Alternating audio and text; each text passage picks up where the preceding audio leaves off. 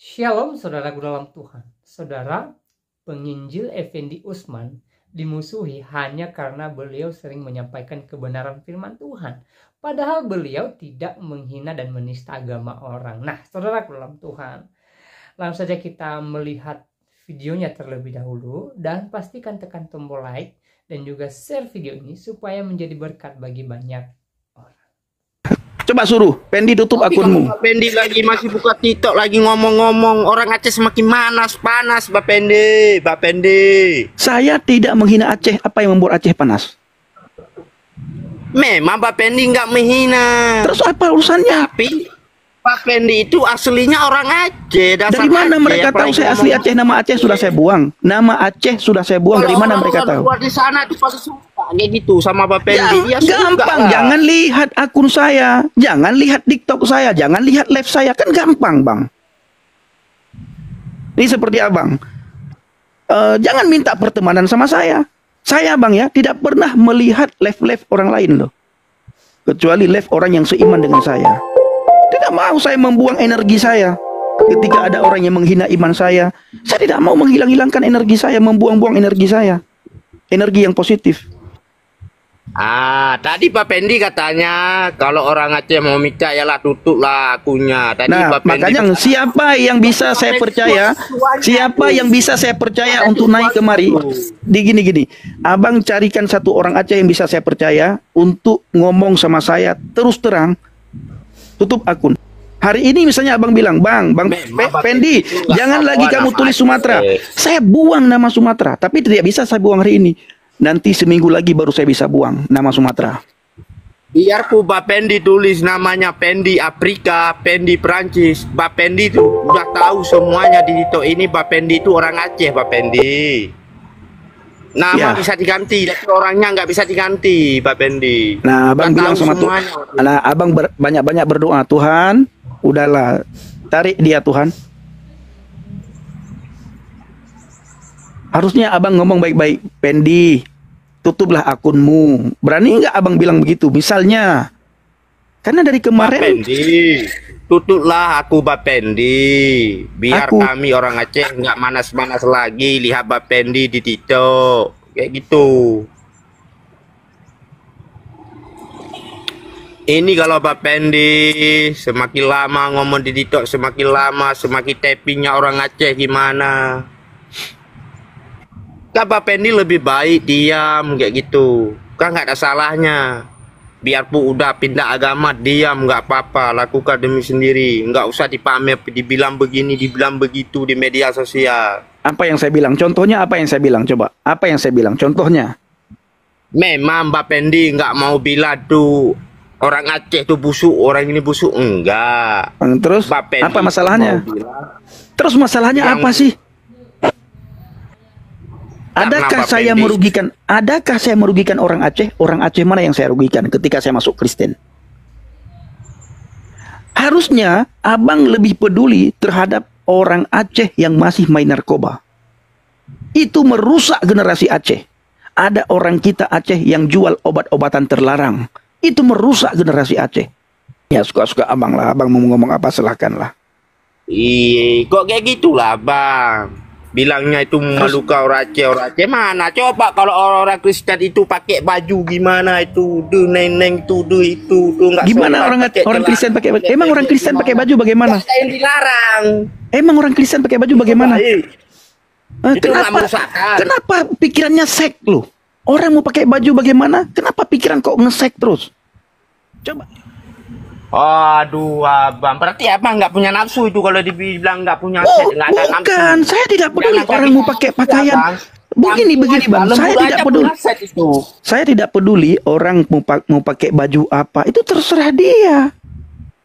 Kenapa abang sampai baju orang Kristen itu bagaimana? Emang baju orang Kristen itu bagaimana sih orang Kristen pakai baju? Jangankah kita manusia yang punya akal, Pak Pendi, binatang pun punya set itu, punya nafsu. Apalagi kita manusia yang punya akal. Berarti Pak Pendi nggak punya akal tuh. Nggak ada set. Enggak, apa sih yang mau dibicarakan hari ini? Apa? Yang abang minta ke saya apa? Bang Pendi tutup akun, jangan banyak ngomong lagi di TikTok. Itu aku minta Kenapa sama saya Bang tutup? Pendi. Kenapa saya tutup akun? Hah? Kenapa saya tutup akun? Karena Bang Pendi jadi pengacau orangnya tuh. Apa yang saya kacaukan? Iya, jadi pengacau. Apa yang membuat kacau? Apa yang saya kacaukan? Oh, berarti Bang Pendi udah buat pengacau, enggak merasa. Enggak merasa Enggak. Bang Pendi. Apanya yang pengacau? Adakah saya menghina Aceh? Enggak kan?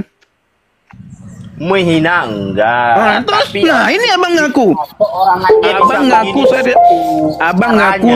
Abang ngaku saya tidak menghina. Cara ngomong enggak. Tapi cara Bang Pendi itu sama juga menghina orang Aceh itu. Kenapa Karena menghina Bang orang Pendi Aceh? orang Coba, Aceh menghina. ketika abang bilang saya menghina orang Aceh, coba tunjukkan saya satu di mana saya menghina orang Aceh. Kemarin itu orang bilang kamu Pendi silahkan Orang kamu menghina itu dengar Pak saya. Pendi enggak seperti kita ngomong orang Aceh begini begitu. Enggak Pak Pendi, tapi dengan Dengar. cara Pak Pendi itu. Dengar saya Cara abang Pak Pendi bang. ngomong di TikTok begini begitu. Kalau Janganlah memang- buat-buat Bang, orang Aceh Bang. Pak Pendi. Kalau Pak Pendi mau masuk Kristen silakan, tapi jangan bawa-bawa di media Pak Pendi. Baik, setelah nonton untuk videonya kita sudah simak apa yang disampaikan oleh seorang yang sedang bincang-bincang dengan penginjil Effendi Usman di video tadi. Ya, beliau merasa tidak senang ketika penginjil Effendi Usman ini ya berbicara kebenaran, ya menyampaikan kebenaran firman Tuhan melalui media sosialnya. Nah, saudara dalam Tuhan, lucunya ya beliau hanya sekedar klaim-klaim, padahal penginjil Effendi Usman ini saya perhatikan ya setiap kali dia bicara di media sosialnya, dia tidak menghina agama orang, dia tidak menista agama orang. Lalu kenapa dia disalahkan ketika dia menyampaikan kebenaran firman Tuhan? Ya, justru orang-orang di luar sana yang suka bicara Alkitab, yang suka memutarbalikkan fakta kebenaran Alkitab, harusnya itu yang ditegur gitu loh. Misalnya ya, ini jelas-jelas bahkan sering membahas Alkitab ya, misalnya Ustadz Kainama sering sekali membahas ayat Alkitab tetapi pembahasannya ngawur, salah, tidak sesuai dengan penafsiran Alkitab sendiri. Dan ada beberapa orang lainnya ya. Jadi orang semacam inilah yang mesti ditegur gitu loh, yang mesti disuruh supaya tidak membicarakan agama orang ya. Kalau penginjil Effendi Usman ini, dia hanya sekedar menyampaikan kebenaran firman Tuhan melalui media sosialnya. Jadi apa salahnya ketika dia menyampaikan kebenaran Alkitab gitu loh. Apa salahnya ketika dia menyampaikan Injil keselamatan? Saya rasa tidak ada salahnya. Ya. Ngapain dia dimusuhi? Ngapain dia diacam gitu loh? Kan tidak baik. Ya.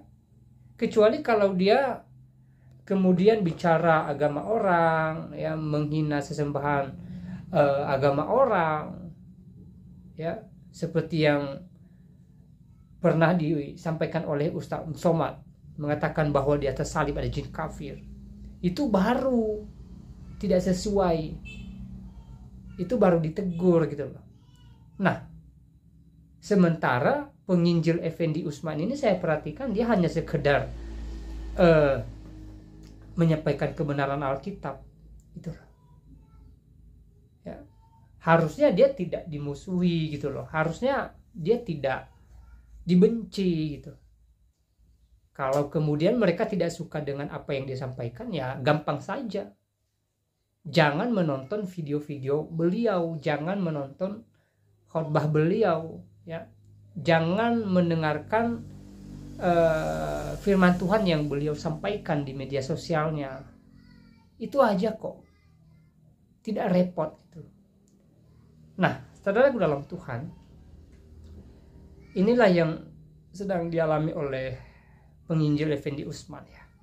Ketika dia menyampaikan kebenaran, ada orang-orang di luar sana yang tidak senang dan tidak suka.